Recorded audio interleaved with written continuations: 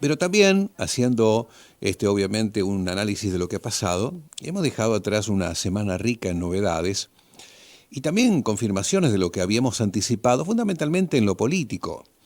Cierre de las listas, expectativas sobre el final del sábado, el ingreso de Zanini a la fórmula de Scioli, Gabriela Michetti finalmente confirmada como vice de Mauricio Macri, el kirchnerismo tejiendo telarañas para seguir en la arena política después de octubre, y como siempre los partidos menores acompañando este bendito juego de la democracia. Pero más allá del cierre de las listas y los posibles postulantes, hay un hecho que, como me decían colegas de medios españoles, la gran preocupación está en la médula de una buena democracia, el voto. Y el voto, por lo menos durante las últimas elecciones, ha creado muchas suspicacias, dudas, acerca de cuál es el verdadero mecanismo para votar en una elección. Y no nos pasa a nosotros, decía este colega del País. Los alemanes, por ejemplo, me decían, han desechado el voto electrónico porque más allá de la tecnología el fraude saltó a la vista. Nosotros, que estamos años luz de la fórmula que utilizan los europeos para las elecciones, intentaremos utilizarlo para dejar de lado las conocidas prebendas políticas, los artilugios, de no saber en definitiva quién ganó y cuántos los votaron, o cuántos muertos votaron, y documentos adulterados para agregar a la sumatoria de votos. Ninguna fórmula electoral es perfecta, me decía mi querido colega Paco Ardanay, hincha del Barça, si quienes tienen que controlar el acto están sospechados de sentimientos partidarios y si los electores poco se preocupan por saber quiénes son los que pueden regir los destinos del país. Lamentablemente, tío, me decía este querido colega gallego, desde aquí vemos que el panorama en la Argentina está bastante oscuro. Y no porque lo leamos en la web, sino porque las experiencias y comentarios desafortunadamente vienen desde Argentina de familiares radicados en vuestro país.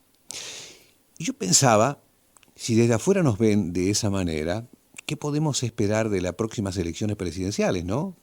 Insisto, todos hablan de alianzas, de cierres de listas, de futuros candidatos, pero nadie, periodísticamente hablando, investiga a fondo qué está pasando puertas adentro de los colegios electorales, por ejemplo, cómo se van a distribuir las zonas, los municipios, las provincias y constatar por partido qué cantidad de fiscales tienen fehacientemente para controlar esa elección. Porque la historia puede volver a repetirse. Presidentes de mesa que no se presentan, mesas que se arman de apuro habitualmente con algún puntero político que, oh casualidad, pasaba por allí, cuartos oscuros que poco tienen que ver con lo oscuro, porque en algunas aulas de escuela ya no se cubren con papel las ventanas, con lo cual el que está esperando para votar puede saber a quién votó el que entró antes, etcétera, etcétera, etcétera. Paco decía, nadie tiene que quedar a la vera del camino, porque más allá de una sospecha de fraude, cuando más se fiscalice una elección, poco margen le dejas a aquel que quiere cambiar el destino de una elección. Aquí en España, decía Paco, desde meses antes de una elección ya sabemos quién se subirá al podio. Pero no porque nosotros lo digamos o lo difundamos los periodistas, sino porque la gente va juntando y elaborando su voto de acuerdo a cómo los candidatos se hayan comportado en los últimos 2 años. 2 años, decía Paco, que es un importante margen para no equivocarse o votar de apuro, ¿no? En cambio, enfatizaba, por lo que pude analizar como periodista político en vuestro país, siempre quedan las dudas, las sorpresas y por lo general la denuncia de que el que ganó no es el más votado y el que perdió pasa al ostracismo o la impotencia de no poder probar que realmente ganó. Bueno, la opinión desde afuera de cómo ven la política en esta bendita tierra argentina.